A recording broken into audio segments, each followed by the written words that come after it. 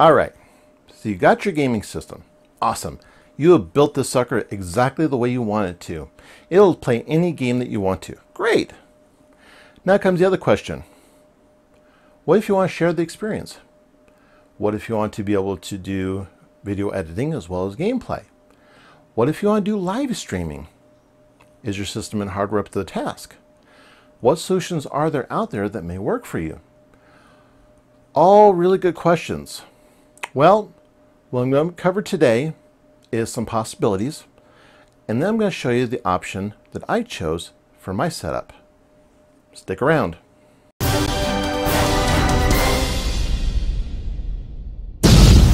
Okay, so one of the things that I have been inspired to do in the last year or so is to start doing live streaming.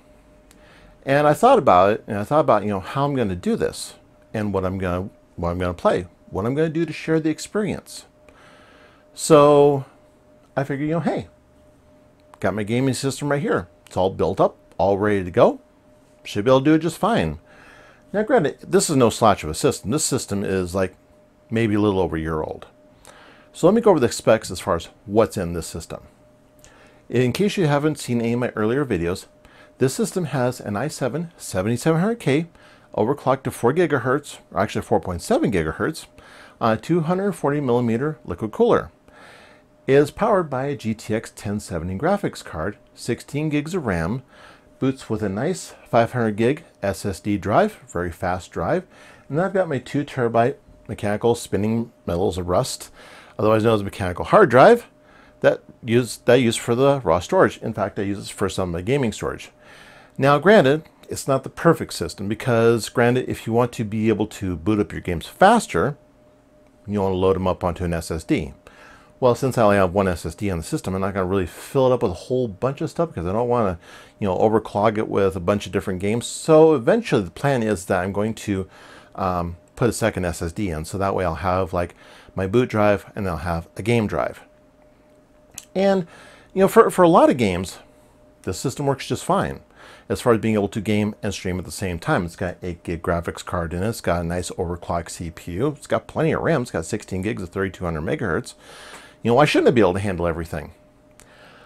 Well, one of the realizations that I've come to find out is that while it'll game everything that I throw at it, it can't quite handle all the demanding titles as far as being able to game and stream at the same time. So if I want to stream, I got to come up with something else.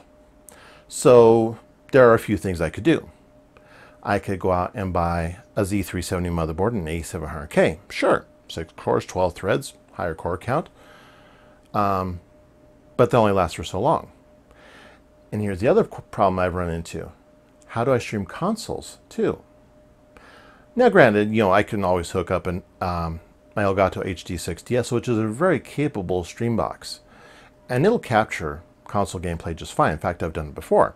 It'll work from my PS4, my PS3, my Xbox One. It'll do all those just fine.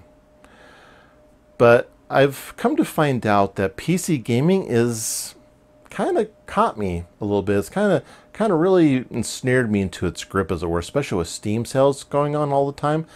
Not to mention also some sites that you can get really good deals on, like from Humble Bundle, Fanatical, and others.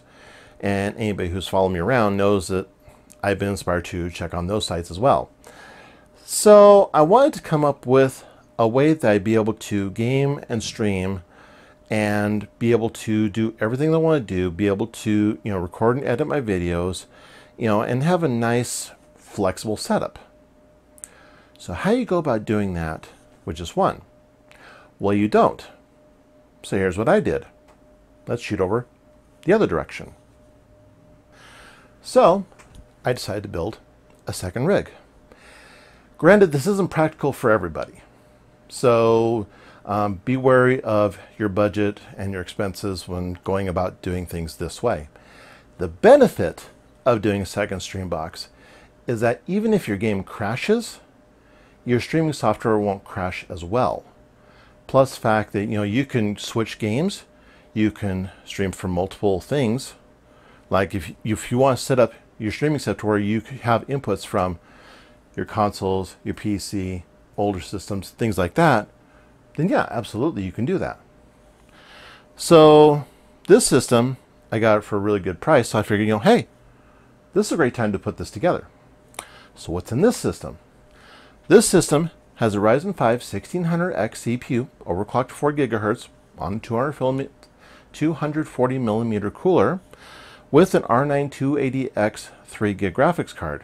And you're thinking, that old? Well, it doesn't have to be new. It doesn't have to be that powerful, because the main reason why I put any kind of graphics card in it at all is because, for one, it does do a little bit of GPU acceleration with my video editing software, granted not much, but it is there. And it has outputs for both my monitors. So what this system is mainly for, this is my workstation, so that way I can do all my video editing without interrupting my gameplay.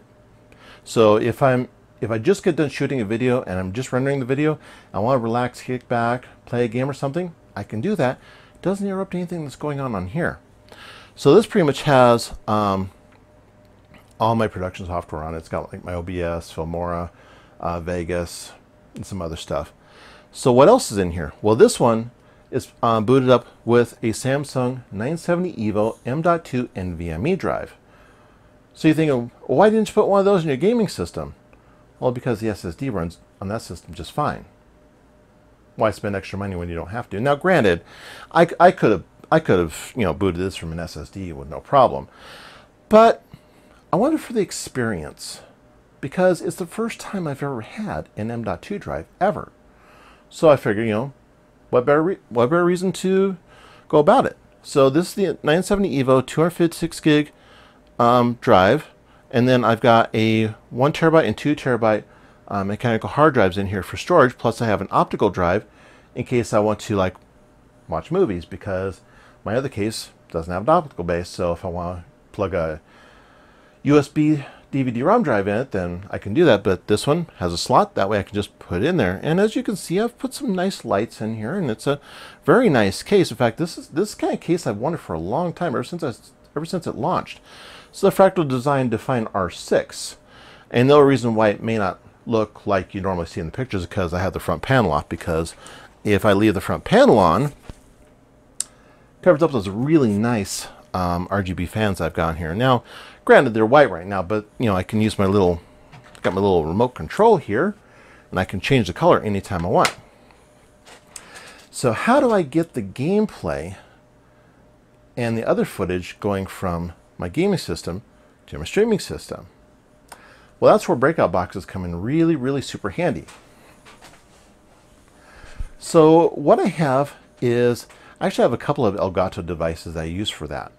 My main one is an Elgato HD60S breakout box capture device, which is my device of choice. When I saw what options were out there, I decided to go with that, because you can plug anything that has an HDMI output into it and it runs just fine. So for consoles, for a second PC, for anything, it's very versatile.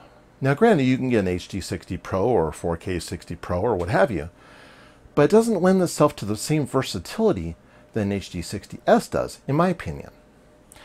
So now comes the other question, as people are going to ask, well, how do you do the video? How do you do the audio between all these systems? Well, those are really easy. So for the video, I have a Logitech C920 webcam that I bought a couple years ago, and it's worked very, very well. I haven't had any problems with it. Now granted, there are newer versions. You can get I think it was like the C922 or C930 or something like that you can get that do have higher definition, or you can get a DSLR or dedicated camcorder and plug into something like the Elgato Cam Link, and absolutely those will work just fine. So if you have the budget and just want to spend money to go out and get that kind of stuff, if you want the higher, if you want to be a higher tier type of streamer and video producer, then yeah, sure, those are great choices. This is just what I chose for my setup. So how does the audio work? Well, for the video, I've got the camera plugged into my stream box. Same thing with my audio. I have a Blue Eye Snowball microphone that I bought a couple years ago that works really well. I thought about upgrading to a Yeti or something else, but I just haven't really seen the need for it as of yet, because for my needs, if you follow me on Twitch for any length of time, it works just fine. So both those are plugged into here. So then what I do is I set up noise gate on the OBS so where I can have some sound coming out from my game and it doesn't quite overbleed into my streaming. Now, one thing you can do, if you want to totally eliminate any kind of outside sound, get yourself a pair of nice gaming headphones or headset. This is the Logitech's G933 Artemis Spectrum wireless headset. And it comes with a really nice microphone that just flips out. So you can use this a couple of different ways. You can plug the dongle from this into your streaming box and have everything just go that way. But then when you're hearing the gameplay, there's a little bit of a delay that comes in with that. Or what I've done is I'll just use it as headphones and plug it in the gaming system and then use my separate microphone on the streaming box. So that's a couple of different ways of going about it. Now there are more fancy solutions that are out there. You can do a mixer, you can do a bunch of different ways of setting up your audio solution to where it's going to work out well for you. In fact, pro streamers use mixers all the time and they spend quite a bit of money as far as being able to do that because they have phantom power microphones and they have mixers that are 4, 6, 8 channels. And those are for like the top tier streamers and video editors and things like that. This is mainly for people who are starting off who just want to be able to get in and start doing it. So as far as the older systems, like the retro stuff, one solution I'm working on right now is to be able to have all my classic systems go through this little switch box back here, and then that output goes to a video separator. It's a amplifying distributor. And then from there, it goes into this one. It goes into the regular Elgato Game Capture HD. And the reason why I use this one is because this one has the ability to do composite or component input as well.